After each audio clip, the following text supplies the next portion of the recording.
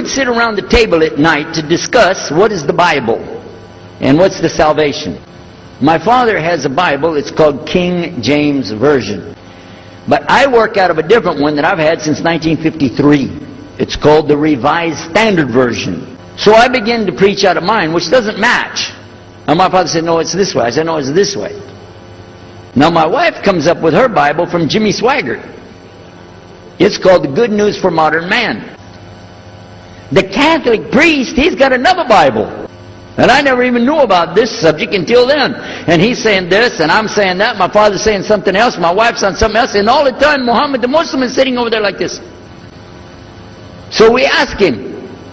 I guess it was me. I asked him. I said, well, how many versions of your book, your Quran, do you have?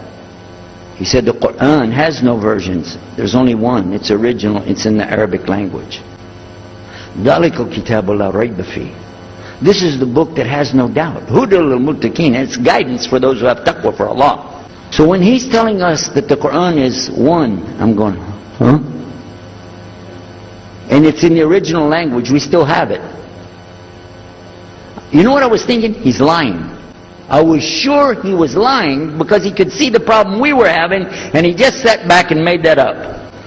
But I don't know Arabic at that stage, so I don't know what to say. You know, maybe, I don't know. And he left it at that. He didn't try to preach. But it put a big doubt in my mind now about, we got all these books, he's got one, and la rayba fi, no doubt in it. So another time we had another discussion that came up. Now this time I went to the other preacher who had the cross. And I was asking him, I want to be able to explain the Trinity. He said, you know the Trinity. I said, yeah, I know. But I want to know the way to explain it so a human being can just understand it. He said, okay. It's like an apple. Just take an apple. The apple has a shell around the outside, the skin. Inside is the meat. Inside of that is the seeds. Okay? 3 things, 1 apple. That's the way. I start going back. I'm going to tell this Muslim about the Trinity. But on the way, I remember his arguing with me, his way of debating with me. I said, no, he's going to tear me apart. As soon as I say seeds, he's going to say there's more than one. So it could be 7 or 8 or 9 or 10 gods all rolled into one. No. It's got to be special. It doesn't work like that. Let me go back and try again. So I went back to him. I said, what if he says there's more than one seed in there? He said, okay. He said, okay. Forget the apple. I said, okay. It's like the babe, the egg. Use the egg. The egg has a shell. Inside of the egg is the white. Inside of the white is the yellow. 3, 1 egg. That's it. That's good to go. Now I start going home again, and it hit me. Wait a minute. The egg could have a double yolk. God becomes 4, just like that. I'm not going to ask him again.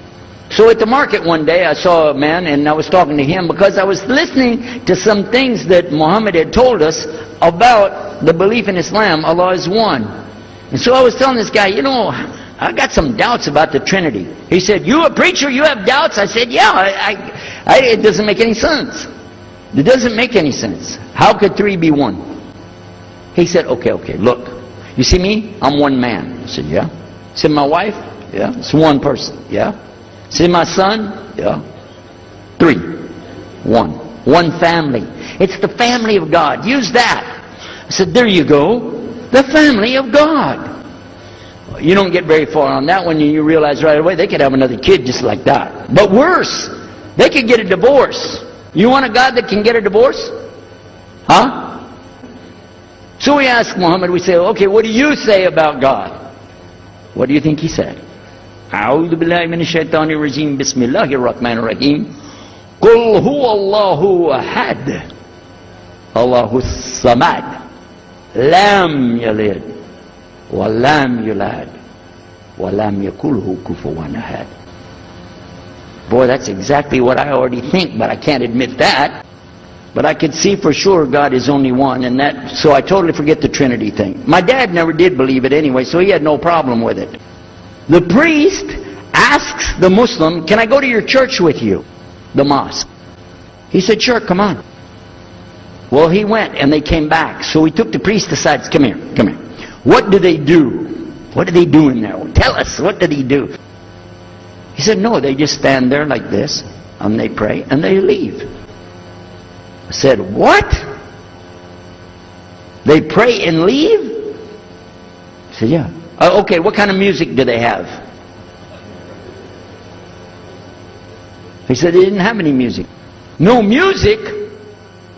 How in the world are you going to worship God without music, man? So I asked him, Muhammad, you guys don't have any music? He said, no.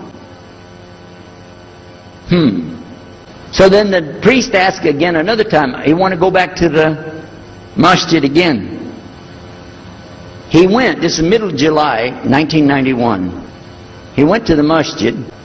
So they didn't come back. All night we're waiting. What happened? Very late they came back. And when he came in, I looked. There's Muhammad. I recognize him. Who's the guy with him, though? He's wearing a white jalabiyah, white dress like this. He has a white pillbox cap on his head. And I looked at him and I said, Pete.